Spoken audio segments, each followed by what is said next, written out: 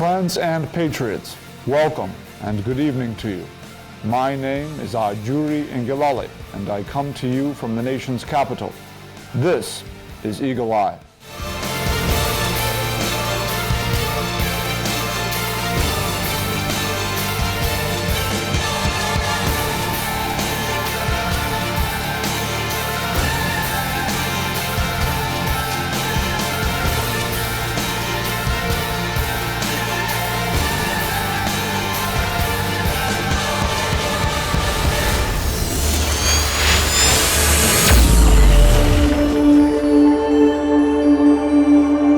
On this edition of the program, we are thrilled to take you up to the nation's northwest geopolitical zone and into a calm agrarian state nicknamed the New World, as we sit down with the executive governor of Jigawa State, Alhaji Muhammad Badaru Abubakar, with critical developmental issues on the table. With this special one-on-one edition of the program on tap, we will present our briefing memoranda in subsequent editions.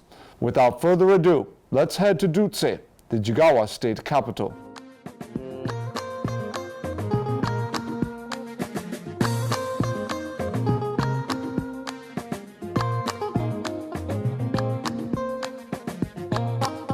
It is 11 a.m. in Government House, Dutse, and with a brisk but even-keeled shuffle between back-to-back meetings with state and local government functionaries, the Jigawa state governor sits down with us and, wasting no time, cuts straight to what is on his mind. Well, here in Jigawa, I always dedicate whatever I do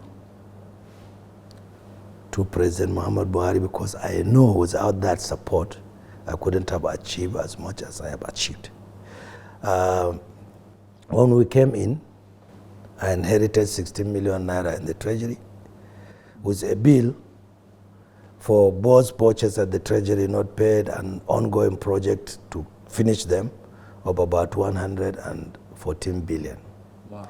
And a budget size of about 130 billion that have capital of about 30 billion. This was the scenario then. And at that time, if you remember, almost 24, 26 states were not paying salaries. And then, to add salt to injury, oil prices crashed further. At one time, less than 30, if you remember. And at the same time, crude production dropped because of the pipe ventilation. So we were earning really very small, not even enough to pay salaries, not to talk of delivering the dividend of democracy to the people. So that was the scenario then. So what President Muhammad Buhari first did was to say, okay, those states that have salary arrears, let me bail them out. And he provided salary bailout to all the states that needed that much. Luckily for me in Jigawa, we were able to pay salary, so we did not apply for that. But many states, some got 20 billion, 30 billion, 10 billion to pay arrears of salaries. And after that, they approved also from the crude account, 10 billion naira loan to each state to start implementing some of the capital projects that are necessary for the people. First and foremost, the road that you fly to come to Dutse was awarded about 11, 12 years ago. And at the time President Muhammad Buhari was sworn in, contractors were not on site. So he mobilized the contractors back, and since then work has been progressing. You have seen the one from Shuarin to Azare has been commissioned and completed. And I learned the other section to that goes to Maiduguri is also almost completed. So this project is a project that links so many states, and we have had a very good portion. You have seen the Shuarin Kwanar Huguma Road, about 11, 12 kilometers. It was dualized, and it crosses the center of Dutse. And this is a really, really very, very good project.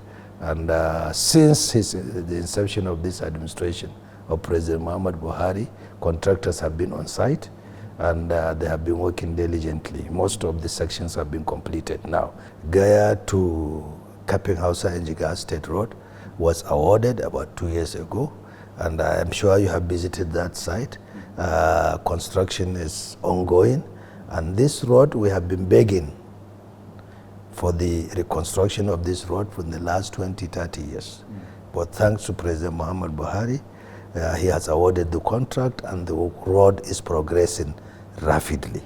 Again, there is another road that we have been really asking for so many years. That is the Kwana Dimawa in Kano State to Kanya, Baba in Jigawa State, and Babura, and Bobomutum border in Katsina State. This road has been awarded, and you have seen it. Also is progressing rapidly. This is the kind of projects that we have been begging for so many years.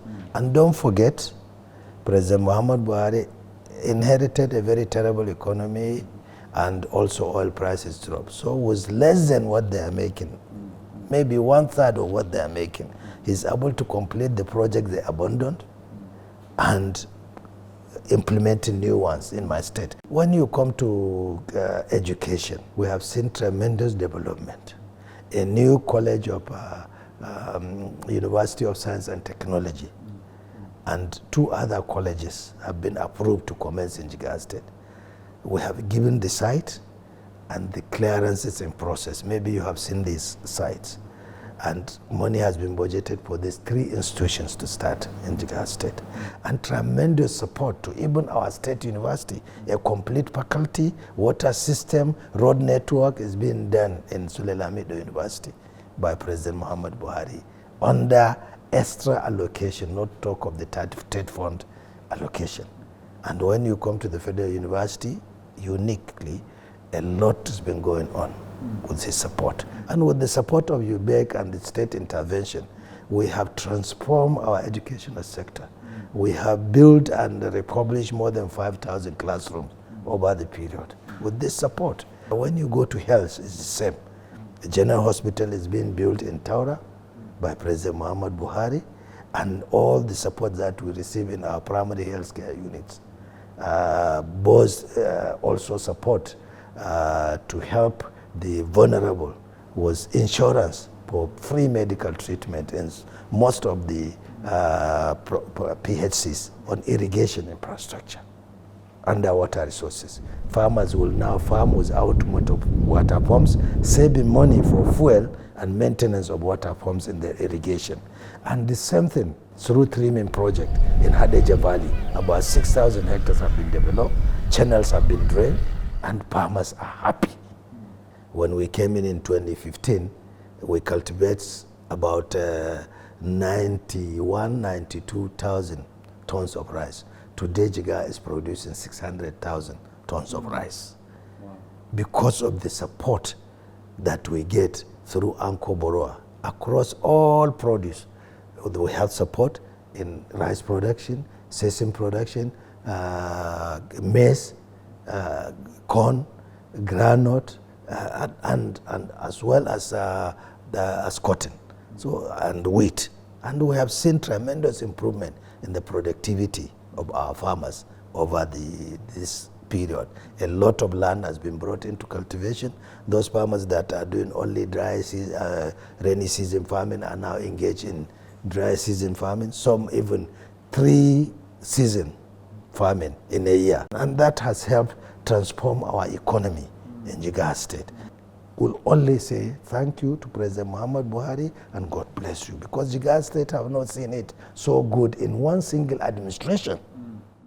From 2017 to date, a series of federal government social investment programs in Jigawa State alone have reached over 1.3 million Jigawa residents, detailed as follows.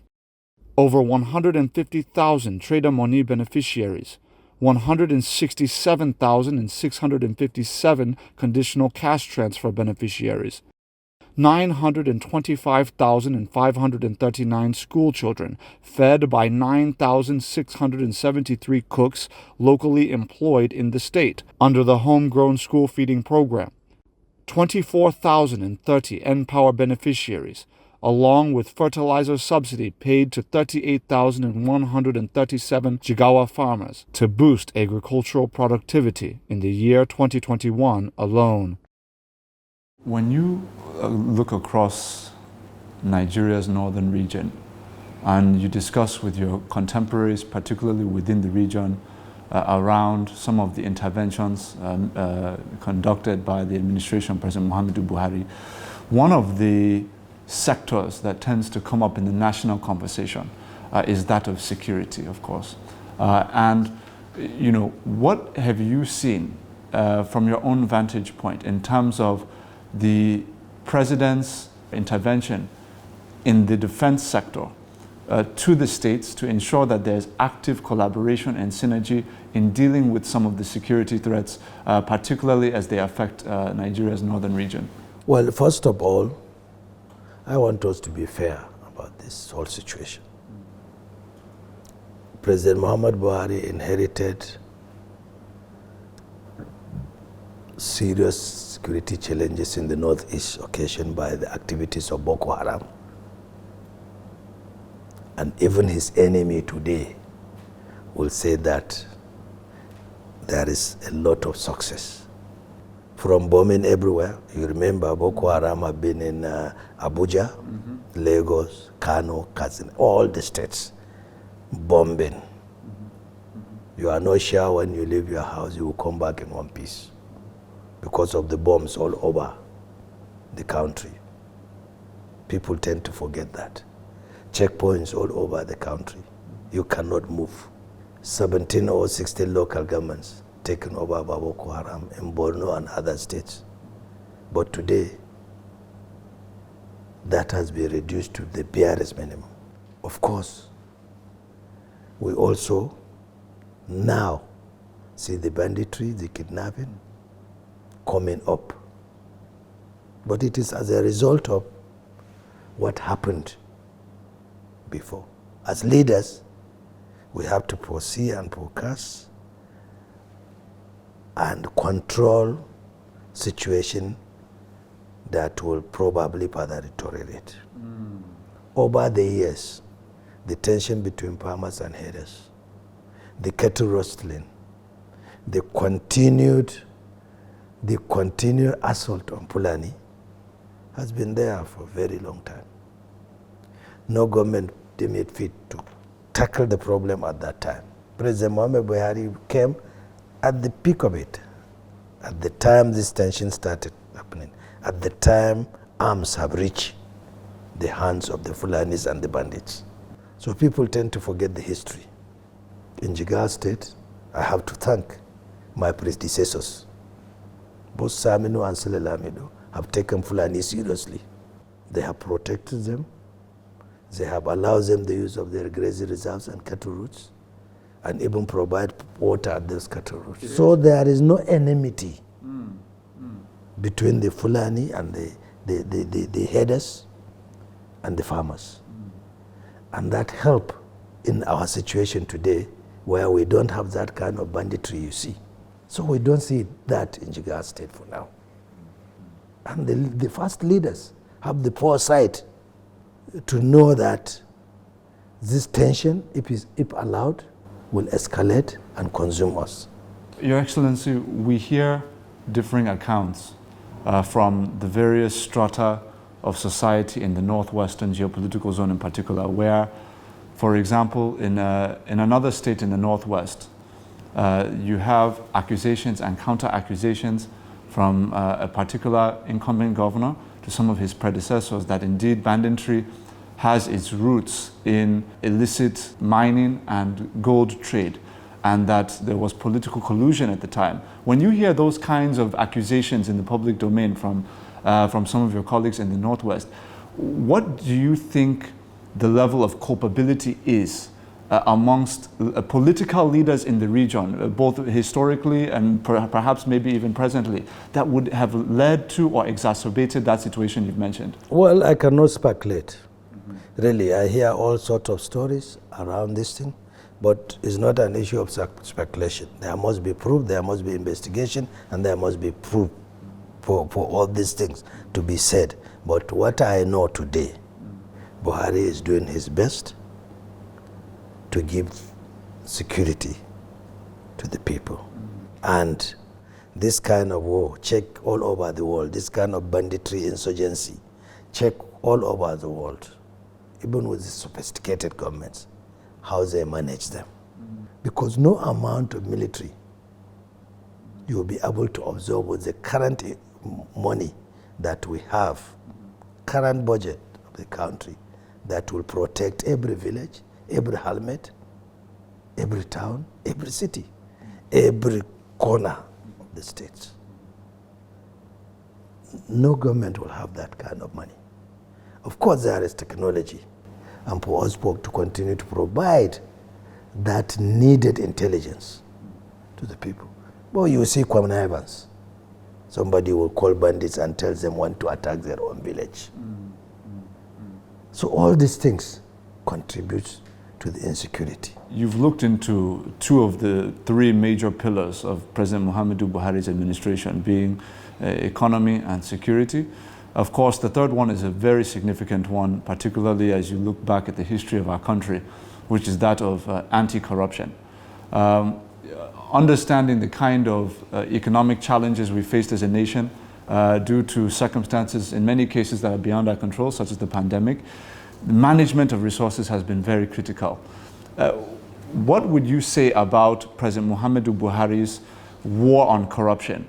And have we seen enough progress in that particular area as against what we had seen before his administration had taken office? The society should stop encouraging corruption. The society should stop pushing people to get corrupt. You go steal money, you will be the best in your community, you will end up getting traditional title. And they know very well that you didn't earn their resources. So if people start to disregard those people, give them no value, no respect, and count on morality, this will change. I remember when I was a kid, in our village, if auditors come and say this man has stolen the money, he will not get a wife to marry in that town. But this culture has changed.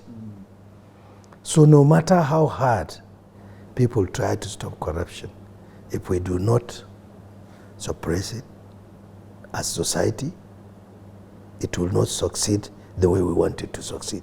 One of the cardinal objectives of President Muhammadu Buhari's administration so far has been the notion of really, in some ways, I don't know if I would use the term liberating or empowering the local governments across the nation, whether it is Executive Order 10 on fiscal autonomy for state judiciary, state legislatures, and also the NFIU guidelines on local governments receiving their allocations direct from source. What are your thoughts in terms of the level of coherence and synergy between state governments and state chief executives and the federal presidential administration on the empowerment of local governments to be able to fulfill their very important mandates across sectors?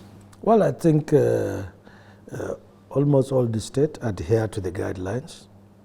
But you see, in Jigawa, it was not necessary. We were giving them their money, even from day one, and we don't interfere. I challenge you to name any local government chairman that will tell you that I have sent a contractor to him. No. They were given their money, and they have free hand in Jigawa State to do whatever they feel they will do to help their people. But we introduce what we call a planning meeting, where we discuss generally what the state intends to do in your local government and what we want you to do, so that there is that synergy and question. So that I shouldn't be building water while you are building water in the same locality.